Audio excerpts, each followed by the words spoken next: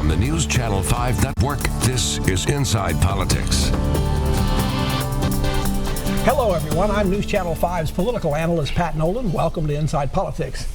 It's been almost a month or over a month since the final report of Special Counsel Robert Mueller has been completed and submitted to the Justice Department, and almost a week since a redacted version of the same document was released to the public. But rather than bringing clarity and resolution to the controversy over Russian involvement in the 2016 election and President Trump's involvement in the possible obstruction of justice in the probe, the matter continues to divide the nation.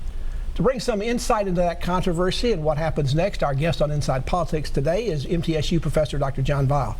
Professor, thank you for joining us and being on the show. Pleasure to be here. Now, when the report first came out about a month ago, President Trump took victory laps across the country. He said, game's over. The report was a complete vindication for him. There was no collusion, no obstruction of justice. Is he right about that, or is the report a little bit more complicated than that? It's definitely more complicated. And of course, Barr sort of took a victory. Trump was joined by Attorney General Barr for a while in that victory lap. They tried to frame it first, 3 weeks before it appeared, and then again on the morning before it appeared. The second, in the first part, the collusion, or it's actually a conspiracy investigation.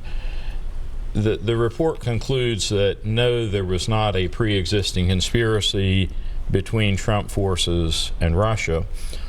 It does show, however, quite contrary to what Trump has been saying, that the Russians interfered massively in our election. And I guess that's one of the things in the Mueller probe that seems to be getting lost.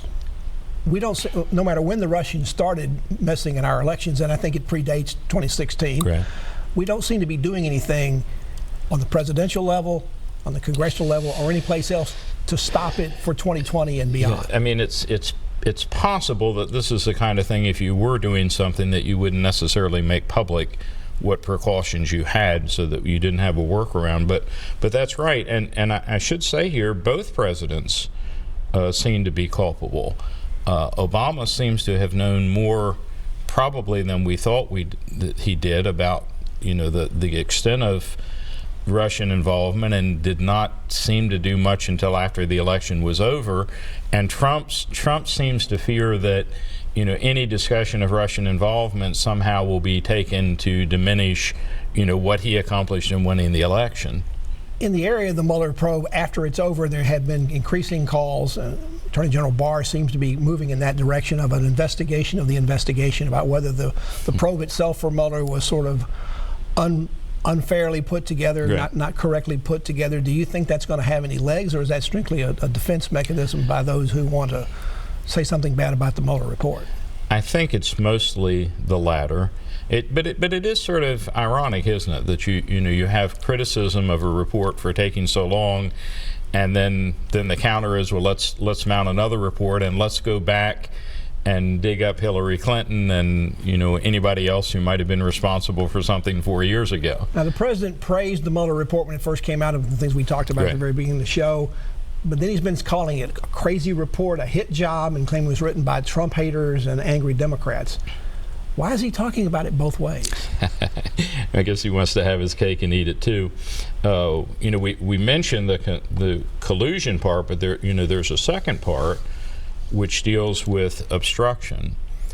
And again, and it's very explicit. What Mueller says is we can't prove obstruction, but we can't prove that it didn't happen, and if we could prove it, we would tell you.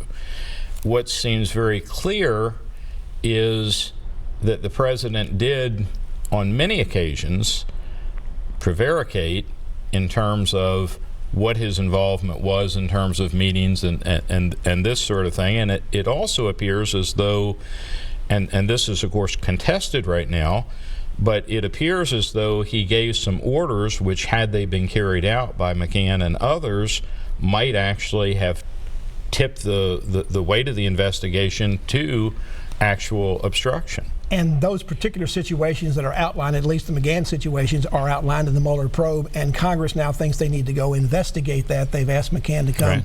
The president says he's going to resist a subpoena for that, and all the subpoenas coming out of Congress on a wide variety of things they're investigating. Is he going to be successful at that? Usually congressional subpoenas are not something that you prevail in stopping in the courts. Well, you certainly didn't in the Nixon case. The irony here, of course, is that the more the president contests what the report says McCann said, the greater the weight would be to give Congress a subpoena to clear the matter up.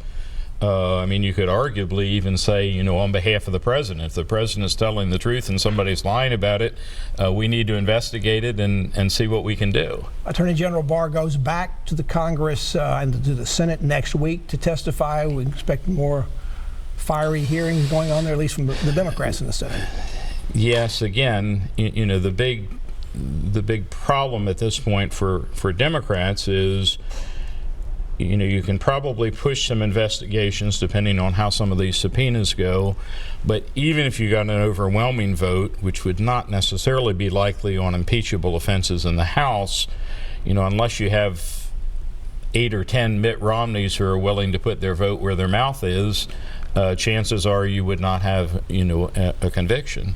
Democrats are also talking about bringing Robert Mueller himself to testify. That seemed to be likely to happen, but in the last few days there have been indications that perhaps not. He is still technically an employee of the Justice Department. Might he be covered under some kind of executive privilege or something else to keep him from being able to testify to Congress about what this probe was really about? I don't know. I mean, the other way to look at it is to say that we have, and which Trump himself has pointed out, we've spent $20–30 million with 20 investigators, and we ought to be able to examine whether our money was well spent or not. So part of it I'm thinking both with McCann and with Mueller, it may partly depend on their own, are they themselves willing to testify or not? During the probe, Mueller was probably the quietest man in Washington, certainly perhaps with the less leaks directly around him. Do you think he wants to talk now? He's something of the great phoenix, the enigma. I'm not really sure. I mean, I think that he is a man of integrity, but even when you read through the report, it's not altogether clear whether he is saying, I can't indict because the president, because the person who would be indicted is a president and we don't indict sitting presidents, or he's saying, I can't do it, but here's the information for Congress if you want to go ahead and take it further. Dr. John Viles, our guest. He's the Dean of the Honors College and Political Science Professor at Middle Tennessee State University. Back to continue our conversation after this break.